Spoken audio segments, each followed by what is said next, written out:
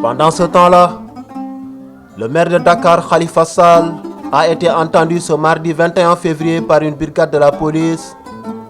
Monsieur Sall, membre du Parti socialiste, a été convoqué pour s'expliquer sur la gestion d'un fonds public accordé à sa mairie, mise en cause par l'inspection générale d'État. Ses soutiens venus en nombre au tribunal de Dakar ont dénoncé un acharnement du pouvoir. Pendant ce temps-là, visite d'une délégation du Sénam à Dakar, plusieurs axes de coopération identifiés, le Conservatoire national des arts et métiers de Paris pourrait avoir un centre dans la capitale sénégalaise. Lors d'une visite à Dakar, la structure d'enseignement supérieur a noué plusieurs contacts avec des partenaires locaux. Cette visite de prospection fait suite à la remise du titre et des insignes de docteur honoris causa au président Macky Sall par le Conservatoire en décembre dernier. Comme il le fait dans chaque pays où il est installé, le Conservatoire s'appuie sur une structure locale pour dérouler ses activités.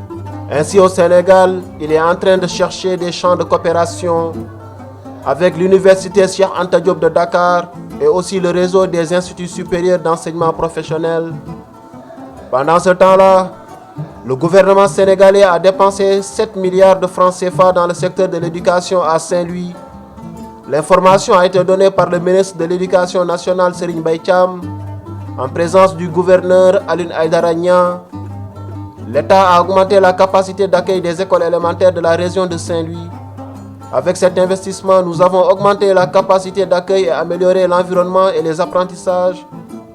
Nous avons développé l'enseignement des sciences, de la technologie et de l'informatique, a souligné le ministre Serigne Mbaye Thiam.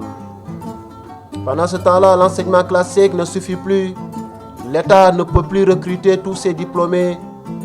C'est pourquoi il faut à la fois le savoir et le savoir-faire pour réaliser les activités de développement. Selon le recteur de l'université Cheikh Anta Diop de Dakar, c'est pourquoi l'UCAD et l'Agence nationale d'insertion et de développement agricole ANIDA ont scellé un partenariat en signant ce vendredi 24 février une convention.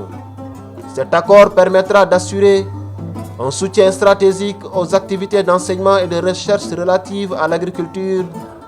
Rappelons que l'ANIDA a pour mission d'assurer la création et la mise en valeur de fermes agricoles modernes intégrées en facilitant l'accès des promoteurs aux terres.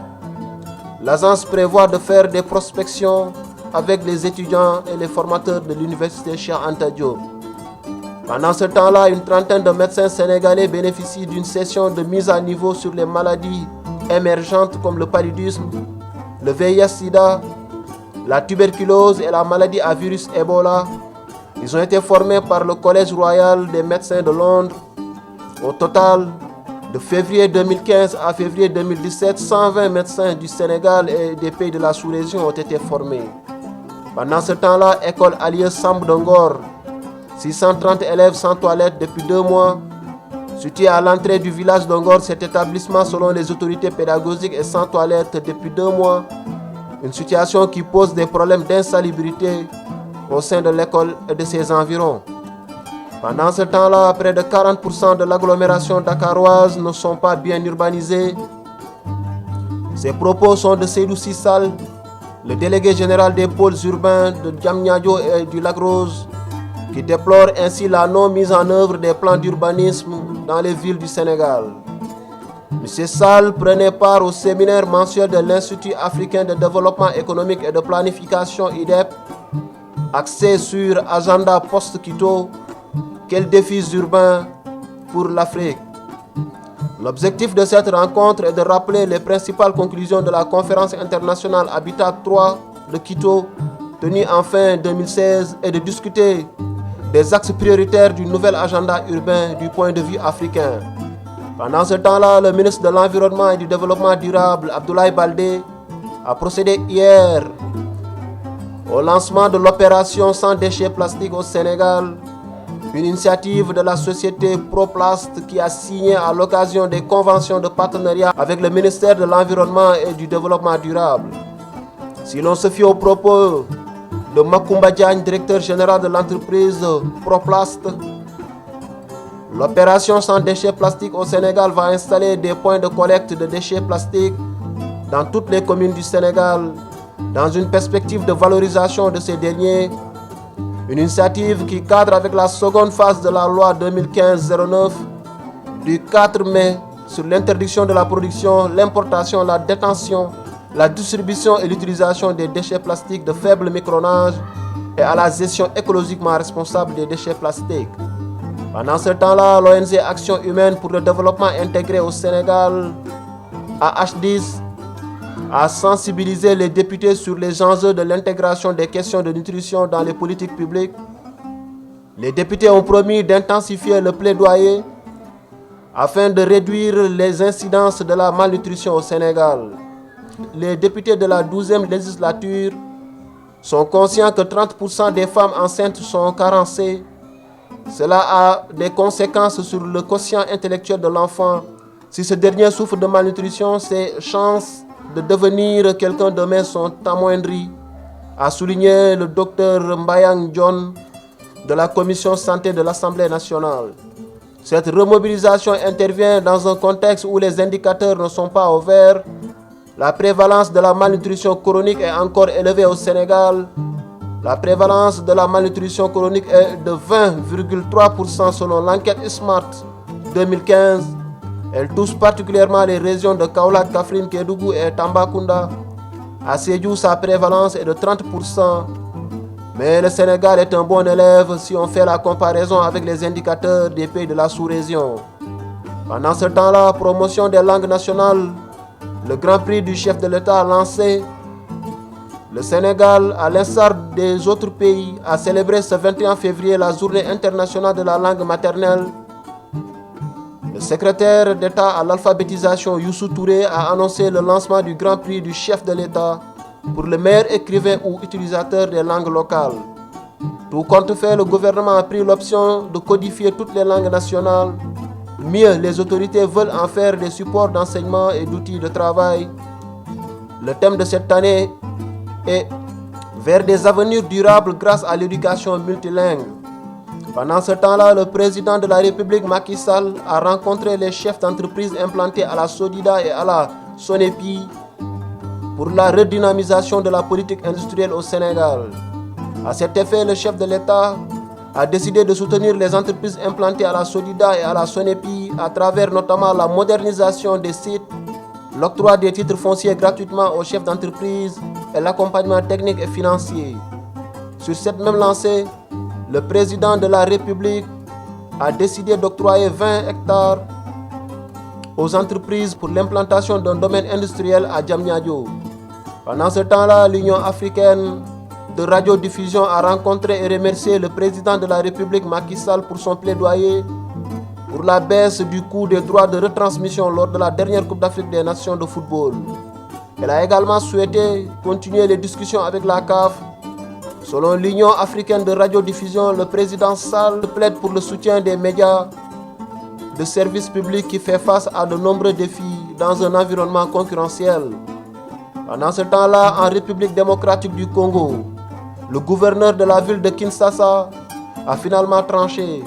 L'opposant historique Étienne Tshisekedi sera inhumé au cimetière de la Gombe et non dans le siège de son parti, l'UDPS, à Limet, comme l'avaient demandé les responsables de cette formation politique lundi dernier. Un choix validé par la famille mais de façon provisoire. Les restes de l'opposant congolais sont toujours à Bruxelles en Belgique où il s'est éteint le 1er février dernier. Pendant ce temps-là, au Zimbabwe, le président Robert Mugabe, 93 ans, dont 36 passés au pouvoir, fête officiellement son anniversaire ce samedi 25 février, après l'avoir célébré le mardi 21 février. Le plus vieux président en exercice de la planète fait les choses avec face. Il organise un banquet géant pour célébrer son jour de naissance au coût exorbitant pour un pays en ruine. Ses détracteurs dénoncent aussi le lieu choisi pour les festivités, théâtre d'un massacre historique de l'opposition. Pendant ce temps-là, en Afrique du Sud, une manifestation anti-étranger s'est tenue ce vendredi 24 février à Pretoria. Les habitants de Mamlodi, un des plus gros townships de la capitale, protestaient contre le nombre d'étrangers dans le pays. Des étrangers qu'ils accusent d'être responsables de trafic de drogue et de prostitution. Depuis 2 semaines, des incidents xénophobes se multiplient dans le pays. Et la manifestation qui au départ devait être pacifique a tourné à l'affrontement. Les étrangers sont également accusés de prendre le travail des autochtones dans un pays où le taux de chômage est à plus de 26%. Ce sont notamment les Nigérians qui sont pointés du doigt. L'Afrique du Sud compte entre 1,5 et 2 millions d'étrangers, beaucoup de réfugiés mais aussi de nombreux migrants économiques. Pendant ce temps-là, en Gambie, les stocks de mines antipersonnelles détenus par l'armée sont en train d'être détruits. Une opération a concerné un premier lot d'armes ce vendredi 24 février. Elle a été effectuée avec l'appui technique de la MISEGA, la mission de la CEDEAO en Gambie. Le pays avait ratifié en 2002 la Convention sur l'interdiction des mines antipersonnelles. Pendant ce temps-là, le président gambien Adama Barrow a gracié 174 détenus incarcérés sous le régime de son prédécesseur Yahya Jammeh.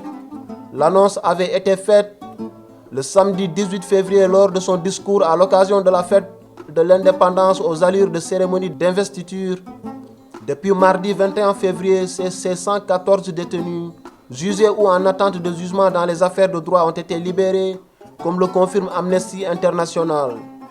Le nouveau chef d'État gambien a déjà libéré plusieurs prisonniers politiques, une quarantaine en décembre suite à la présidentielle et en janvier aussi.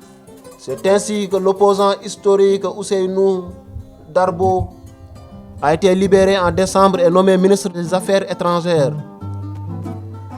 Le nouveau ministre de l'économie et des finances, Amadou Sané, a retrouvé la liberté en janvier. Reste le problème des nombreux disparus, comme le journaliste Ebrima Mané, arrêté en 2006 par l'agence des renseignements. Pendant ce temps-là, titre foncier gratuit pour tous les Sénégalais, une mesure historique du président Macky Sall selon certains observateurs. La mesure prise mercredi 22 février 2017 par le président Macky Sall de doter tous les Sénégalais détenteurs de titres précaires, c'est-à-dire les attributions délivrées par les collectivités locales principalement, de titres fonciers gratuitement. Cette décision a été vivement saluée par les populations et concernerait ainsi 900 000 titres précaires. Pendant ce temps-là, c'est une première en Afrique. Après l'Asie, un cas de résistance au principal antipaludien a été observé. Le paludisme, qui fait plus de 400 000 morts dans le monde en 2015, pourrait donc devenir plus résistant au traitement. C'est la très sérieuse revue américaine New Journal of Medicine qui publie ce cas. L'équipe internationale des chercheurs a identifié l'origine africaine du parasite résistant à l'artémisinine. Il s'agit d'un malade chinois qui avait voyagé de Guinée équatoriale en Chine. Désormais, l'Organisation mondiale de la santé et les principaux experts redoutent que le parasite du paludisme ne finisse par développer une résistance totale à l'artémisinine, comme c'est déjà le cas pour d'autres antipaludéens. Selon des spécialistes, la propagation de la résistance à l'artémisinine en Afrique serait un revers majeur dans la lutte contre le paludisme, puisque ce médicament est la seule arme efficace contre cette maladie pour le moment. Pendant ce temps-là, la justice sud-africaine a statué ce mercredi sur le retrait de l'Afrique du Sud de la Cour pénale internationale. Selon elle, cette décision de Jacob Zuma était illégale et allait à l'encontre de la Constitution. Pretoria a annoncé il y a plus d'1 an son retrait de l'organisation après la polémique causée par son refus d'arrêter sur son sol le président soudanais Omar el-Béchir. Selon la haute cour de Pretoria, la décision de se retirer de la CPI a été prise sans respecter la procédure et doit être invalidée. Mais selon la constitution sud-africaine, le pouvoir de se retirer d'un traité international repose sur le Parlement. Aussi, la décision aurait-elle dû être débattue dans l'hémicycle? La Cour a donc ordonné à Pretoria de révoquer sa notification auprès de la CPI. Pendant ce temps-là, au Gabon, des manifestations de lycéens ont éclaté dans plusieurs villes du pays. Les jeunes réclament le paiement d'arriérés de bourse, davantage de moyens pour étudier et le retour des cours, alors que depuis plusieurs jours, les professeurs sont en grève. Les enseignants réclament des arriérés de salaire et de primes. C'est dans ce contexte que le gouvernement a fait le choix de la fermeté. Le porte-parole du gouvernement a annoncé qu'à partir de ce samedi 25 février, les soldes de 807 enseignants de primaire et secondaire seront suspendus. Certains professeurs seront même radiés de la fonction publique. Des procédures seront engagées contre 19 autres accusés d'avoir demandé de l'argent aux parents pour assurer les cours. Pendant ce temps-là, les corps de 74 migrants morts noyés après le naufrage de leur embarcation, dans laquelle ils tentaient de rejoindre l'Europe, ont été découverts sur une plage à l'ouest de Tripoli, a annoncé le Croissant Rouge libyen ce mardi 21 février. Il s'agit d'adultes venant pour la plupart d'Afrique subsaharienne. 3 femmes figurent parmi les victimes. Pendant ce temps-là, ce lundi 20 février en Guinée, des affrontements opposés des jeunes aux forces de l'ordre. Des barricades ont été érigées, des véhicules brûlés. Les manifestants réclament la reprise des cours alors que les enseignants sont en grève depuis 2 semaines. Les écoles sont fermées, mais un accord a été trouvé dimanche soir entre les syndicats et le gouvernement. Dans la capitale, aucun élève n'est allé en classe ce lundi 20 février. Pendant ce temps-là, football, l'Afrique réclame 10 représentants en Coupe du Monde. Les dirigeants du football africain espèrent que 10 équipes du continent disputeront la phase finale de la Coupe du Monde à partir de l'édition 2026, contre 5 actuellement. C'est ce qu'ils ont expliqué au président de la Fédération internationale, Gianni Infantino, lors d'une réunion à Johannesburg. Pendant ce temps-là, le temps passe et s'écoule.